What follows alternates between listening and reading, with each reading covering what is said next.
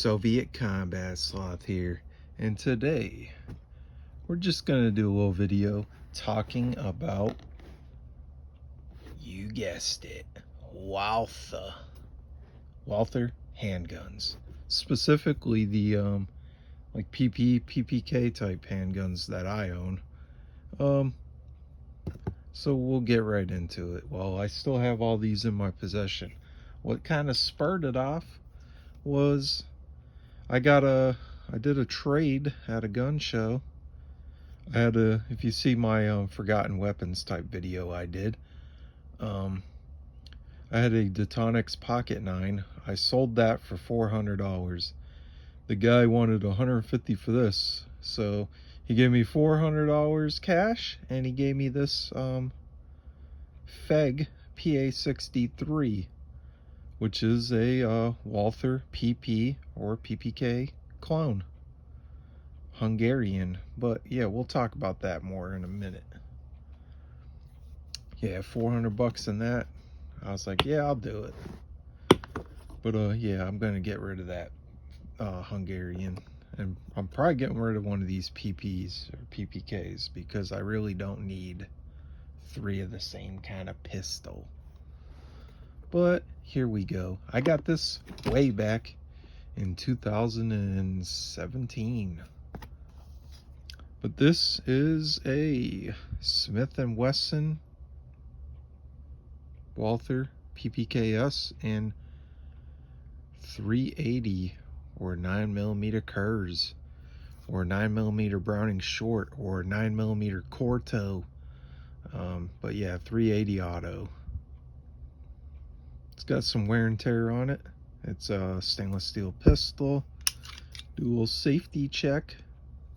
Magazine empty, chamber empty, decock yes, or you can actually decock it with the decocker.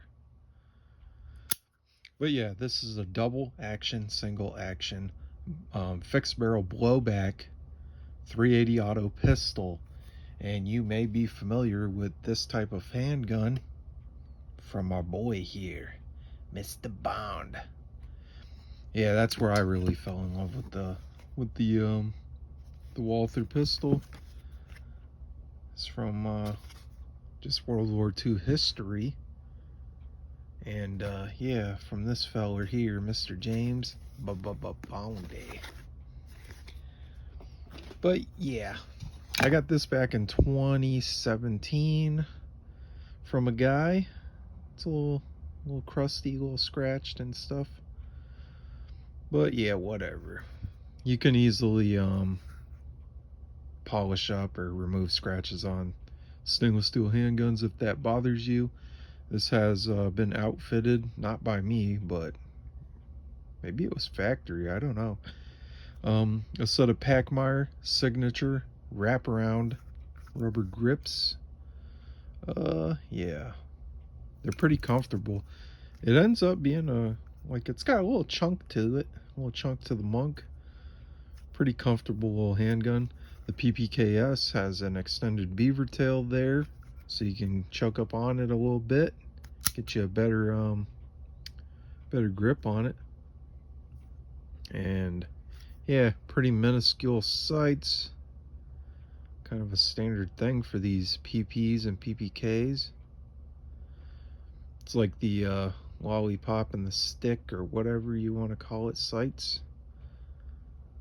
And yeah, there's actually a loaded chamber indicator. When there's a round in the chamber, you will have this little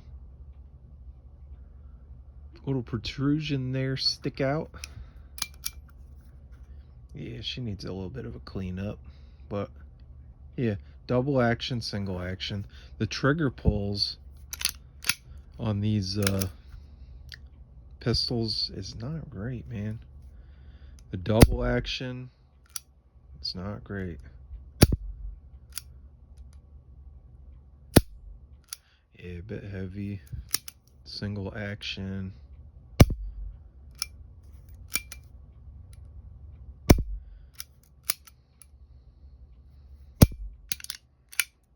reset.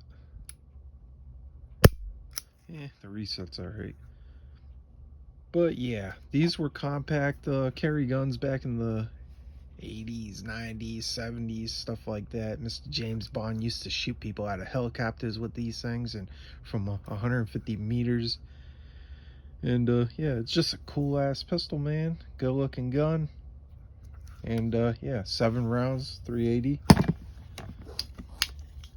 Yeah, I got it back in 2017, 320 bucks from a guy. Came with 2 mags. Picked up a 3rd mag. They are all 7-round magazines. This one has the 4-plate pinky extension. Does not add an extra round or anything. But yeah, that's a pretty cool little pistol. I did carry it, like I said. I was working in a pawn shop. I had bought this holster from Rural King. This is a, what is this?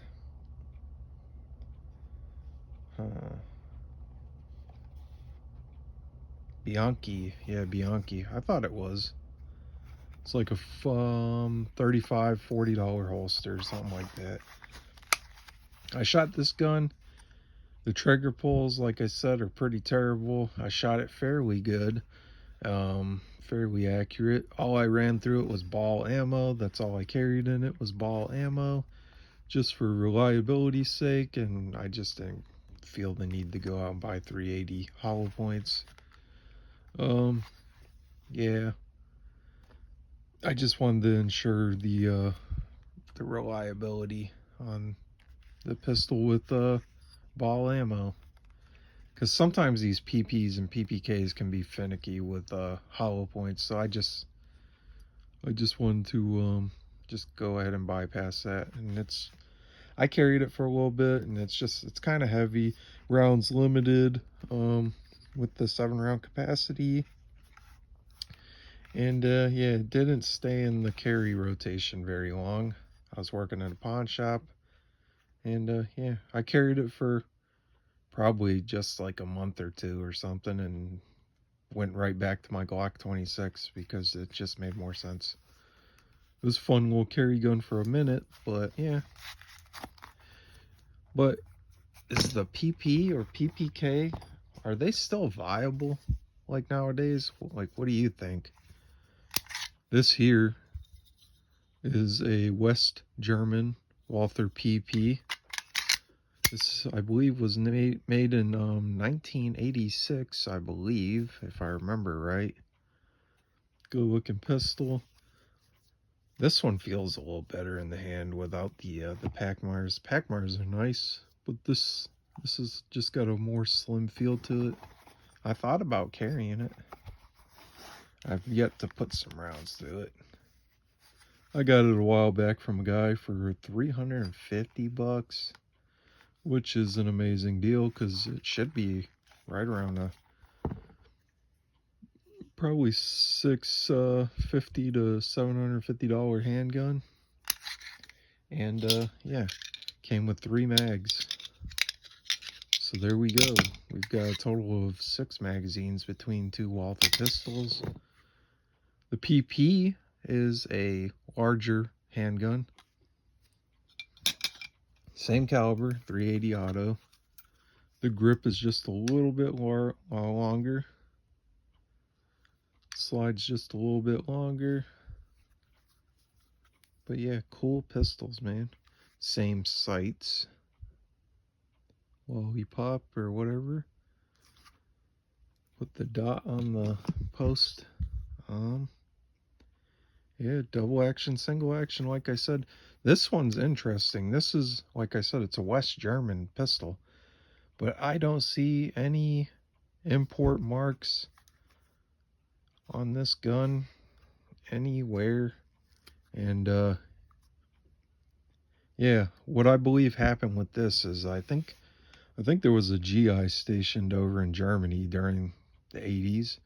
And I think he purchased the pistol from a shop over there and had it brought over, because I don't know if you can still do it now, but back in the day you used to be able to do stuff like that. And the paperwork you'd fill out, like through the military to bring your pistol back that you purchased, you didn't need to get import marks or anything put on them. Like, you'd just be able to bring them over. And I think that's where this one came from, is like that type of deal. There's some wear and tear on it, but overall it's a pretty good looking gun. I took them both to the gun show and I was trying to sell them. I'm hoping that one sells before this one, because the West German guns are more desirable, and yeah, this would be the better one to keep. But that brings me to our other gun. Go ahead and put those to the side over here. We'll get our Hungarian. So there's those two. And this is kind of their cousin. This is the Hungarian PA63. This is also 7-round capacity, 9x18 Makarov, or 9mm Mac. The slide manipulation on this is so good. Yeah, it just feels smoother than either of the Walthers. And actually, too, safety check, we already know it's clear, but this, man, the decocker is so stiff, and it's really sharp, too. It's hard to actuate. But man, the trigger pull, double action, it's not bad. Feels better than the Walthers in a way. The single action's pretty good. The double action, I guess, it's about on par with the either of the Walthers, I guess. But the single actions, yeah, that feels a lot better to me. There's no chamber indicator like the Walthers. Pretty good looking pistol. These, I don't believe these were military pistols. I believe these were just for the Hungarian police. There's all your proofs and everything. The importer was Century Arms. Good looking gun. That two-tone's pretty cool. And the reason why these are two-tone like this is the frame is like aluminum. I've even read that it's like an aluminum. But yeah, aluminum, like titanium frame. I'm not sure how accurate that is, but yeah, aluminum frame. Maybe it's got a little bit of titanium mixed in. These frames, like, they could 9x18 in this pistol. It's a light pistol. Like, it can be pretty snappy from what I've read, and the frames end up taking a beating after a while. And I guess some of these pins can kind of gall the frame, because the well, it's just a softer metal, and these pins can end up galling and kind of wallering out and causing damage to the frame. And but this looks pretty like it's in pretty good shape. I don't think it's been fired that much, really, to be honest. But yeah, we'll do something here real quick off camera. When you take these apart, you pull down the trigger guard and kind of put it to the left a bit. Pull the slide to the rear, up and off. But yeah, fixed barrel blowback. The there's no guide rod. The recoil spring just sits in a groove here in the barrel and wraps around the barrel, and well, the barrel acts as the guide rod. That was a lot more words than what it should have been, probably, but I'm tired. It's been a long day. But yeah, it looks a lot like its counterpart. We'll go ahead and show you.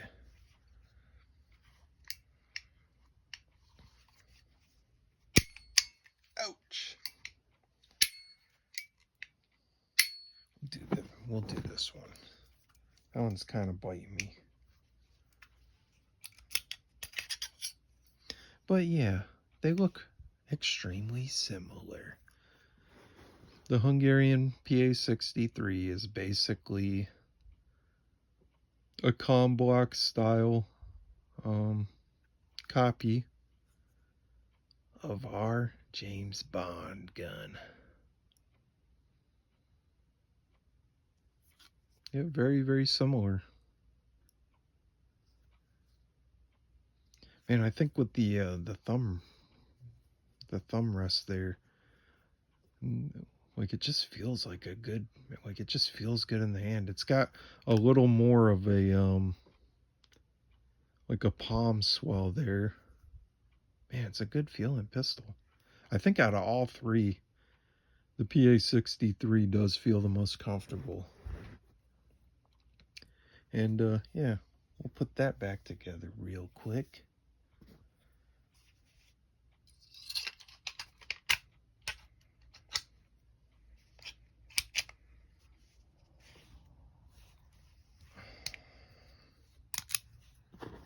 Go ahead and slap the mag in.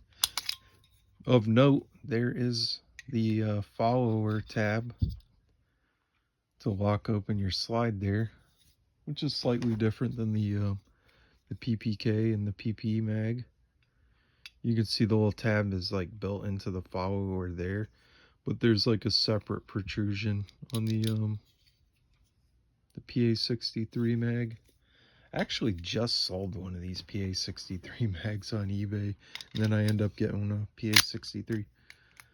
But yeah, man, it's these way back in like 2007. These were, I never bought one, but they were like 99 bucks with 2 mags, a flap holster, and a cleaning rod. 99 bucks. I think the thumb rest grips, those are like an import thing. But yeah, I'm not sure if they issued that type of grip. Like, it's a good feeling grip. Like, I guess if you're lefty, I don't think it feels bad even in the left hand. But man, I think this would still be a great carry gun today. Like, even the Walthers, like, to be fair, the Walthers would still be a good carry gun. It just depends on you and your taste and what you need out of your gun.